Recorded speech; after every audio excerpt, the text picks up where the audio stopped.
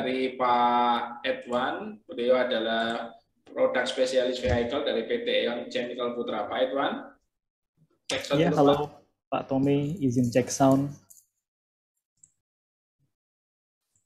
Gimana Pak? Oke, suaranya mantap Pak. Bisa langsung dimulai ya Pak? Oke.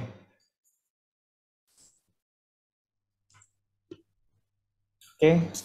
Assalamualaikum warahmatullahi wabarakatuh. Perkenalkan rekan-rekan semua. Perkenalkan rekan-rekan semua, nama saya Edwanata. Saya di sini yang in charge untuk produk vehicle chemicals di PT Aeon Chemicals Putra.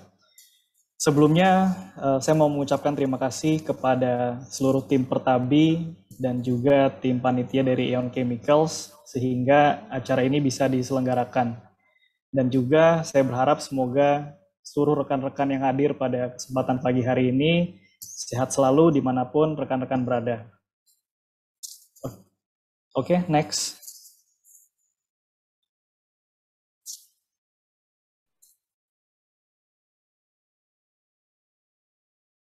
Pada kesempatan pagi hari ini, saya mohon izin sharing topik pertanyaan yang judulnya adalah What is the right coolant for your vehicle? Atau bisa diartikan juga bagaimana cara memilih radiator coolant yang tepat untuk kendaraan atau unit Anda. Menentukan jenis radiator coolant itu terkadang bisa jadi pilihan yang sulit untuk rekan-rekan dan juga masyarakat di luar sana ya, karena ada banyak pihak yang memilih radiator coolant itu misalkan hanya berdasarkan warnanya, padahal pemilihan radiator coolant itu tidak hanya berdasarkan warna. Misalkan ada yang warnanya sama pun juga secara komposisinya bisa jauh berbeda seperti itu. Nah, dengan kita mengetahui klasifikasi atau standarisasi apa saja yang klasifikasi yang ada pada radiator coolant, ini kita bisa menentukan jenis radiator coolant yang tepat untuk digunakan di unit operasi rekan-rekan dimanapun berada.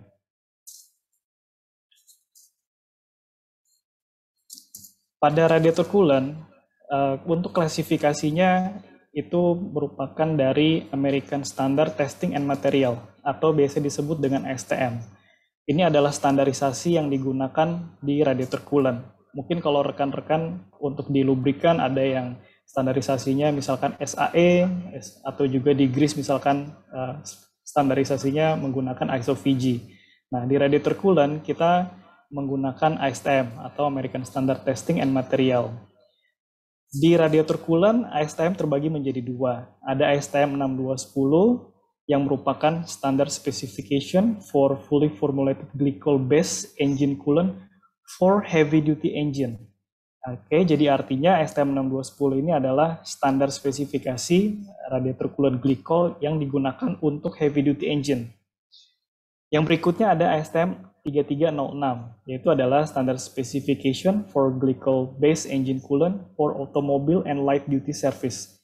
Yang dimana artinya ASTM 3306 adalah standarisasi untuk unit light-duty atau otomobil. Next.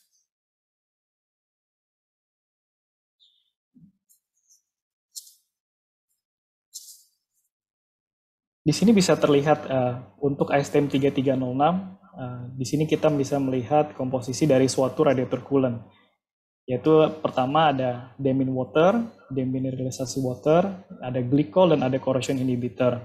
Nah, bisa dilihat di sini rekan-rekan semua, ini adalah minimum requirements untuk ASTM 3306 dari relative density, freezing point, boiling point, hingga seterusnya.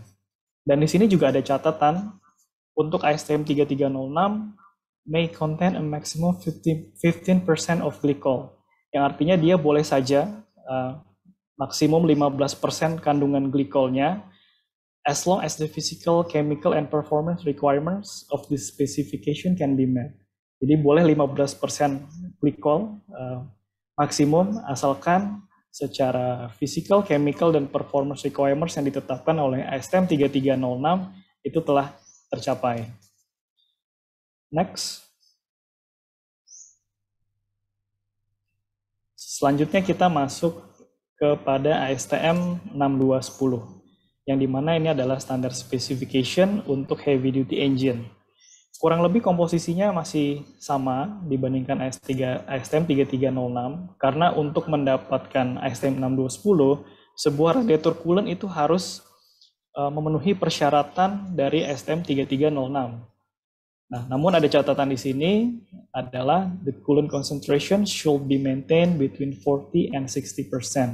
Yang artinya di mana untuk mendapatkan standarisasi ini, suatu radiator coolant harus memiliki kadar glikol, baik glikolnya baik etilen maupun tipe propilen itu minimum adalah 40%.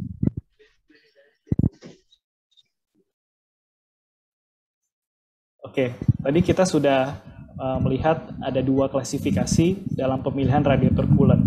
Nah, bagaimana kita menentukan radiator coolant mana yang tepat untuk digunakan pada unit kita? Nah, disinilah diperlukan peran pemilik sebagai pemilik owner atau operator dari alat berat tersebut untuk mengecek kembali kepada manual booknya unit tersebut. Next. Kita ambil contoh di sini adalah salah satu contoh manual booknya dari salah satu unit Scania DC13 XPI Industrial Engine. Kita melihat pada chapter coolant, di sini ada note the coolant should contains 35 to 55% by volume antifreeze, yang artinya kita harus memaintain coolant ini harus digunakan dengan kadar minimum 35% glikol. Seperti itu. Dan juga di note berikutnya adalah minimum of 35% by volume of Scania antifreeze and corrosion inhibitor is needed to provide sufficient protection against corrosion.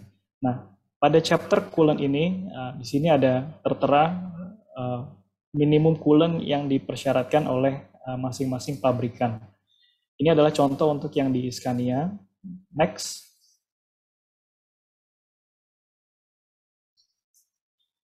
Berikutnya kita coba melihat di Komatsu HD785 Service Repair Manual. Di sini ada note di bagian section coolant adalah minimum menggunakan ASTM 3306. Minimum. Dan apabila menggunakan ASTM 3306 itu harus diganti setiap 2000 jam. Dan ada catatan lagi di bawahnya. Even in the areas where freezing is not an issue, the use of antifreeze coolant is essential.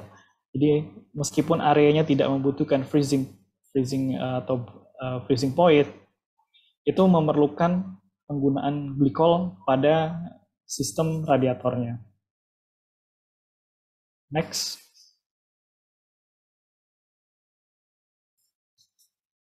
Oke, secara overall tadi kita sudah mengetahui klasifikasi apa yang terdapat di radiator coolant, yaitu adalah ASTM 6210 untuk yang di heavy duty dan ASTM 3306 untuk yang di light duty atau automobil. Nah, dengan menggunakan coolant yang terstandarisasi, itu akan menjamin performa optimal pada sistem pendingin, serta mencegah terjadinya korosi dan kavitasi. Next. Tadi juga sudah sempat dijelaskan terkait perihal korosi oleh Pak Khozen. Saya mohon izin sharing kembali. Jadi korosi ini adalah decomposition of metal, yang efeknya adalah merusak material, dan kedua adalah membuat insulating barrier, sehingga heat transfer itu tidak berjalan dengan baik. Next. Korosi ini adalah proses alami ya, proses alami yang terjadi juga seperti manusia. Kalau misalkan kita dari tua ke muda seperti itu. Nah, ini adalah proses alami yang terjadi pada metal dan dia akan menyerang pada logam yang potensial untuk korosifnya paling tinggi. Baru nanti masuk ke material berikutnya yang lebih kuat lagi dan begitu seterusnya. Oleh karenanya tadi disampaikan juga oleh Pak Khozen, kita tidak bisa untuk menggunakan hanya air saja pada radiator sistem. Kenapa? Karena air biasa itu bersifat korosif. Dan dengan menggunakan radiator coolant yang sesuai dengan standar, itu sudah pasti ada corrosion inhibitor, sehingga dapat mencegah terjadinya, memperlambat proses terjadinya laju korosi pada permukaan metal bagian dalam radiator. Next. Selanjutnya juga adalah perihal water pump cavitation, atau kavitasi di water pump. Di gambar ini bisa kita lihat bersama ya. Di sini adalah di impeller di bagian dalam water pump, ini banyak cowakan atau tergerus. Nah, ini adalah salah satu water pump yang gagal pengujian ASTM 2809 terkait pengujian kavitasi. Hal ini itu disebabkan karena itu tadi penggunaan radiator coolant yang tidak sesuai dengan standar. Nah, misalkan dari pabrikan merekomendasikan menggunakan glikol, sedangkan di kondisi di lapangan tidak menggunakan glikol sebagai contoh. Nah, pada bagian water pump ini ada bagian low pressure dan ada bagian yang high pressure. Nah, coolant yang tidak memenuhi standar, misalkan yang digunakan, itu dia akan berubah fasa pada bagian low pressure. Nah, berubah fasa menjadi bubble. Nah, bubble ini akan berjalan menuju bagian yang high pressure. Nah, ketika bubble itu membentur bagian metal tadi di impeller, dia memiliki energi kinematik yang cukup untuk menghancurkan logam. Biasanya kalau masalah kavitasi ini sampai impellernya semuanya tergerus. Seperti itu.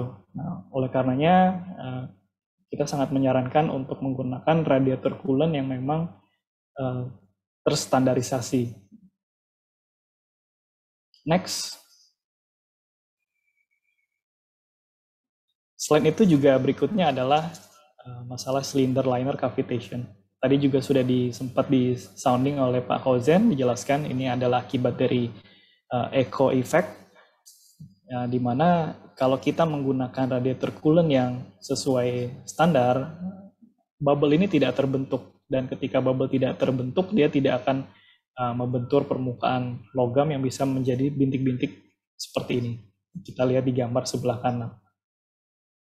Dan ini juga perlu dicegah dengan tambahannya adalah aditif anti-corrosion inhibitor.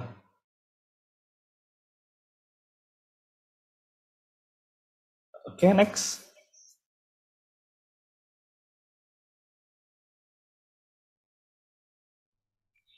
Oke, sekian dari saya. Semoga sharing pada kali ini bisa membantu rekan-rekan di lapangan dalam bagaimana menentukan radiator coolant yang tepat untuk digunakan pada unit rekan-rekan di lapangan. Terima kasih. Wassalamualaikum warahmatullahi wabarakatuh. Saya kembalikan ke moderator. Terima kasih Pak Edwan untuk pemaparan materinya tadi ya. Thank you juga tadi buat Pak Kosen ya. Sekarang kita masuk waktunya tanya jawab. Teman-teman kami sudah kumpulkan penanya-penanyanya ini sangat antusias banget ini. Saya akan bacakan pertanyaannya dulu ya nanti. Pertama kayaknya ini dari timnya Pak Kosen ini banyak nanya ini. Tapi kalau dari timnya Pak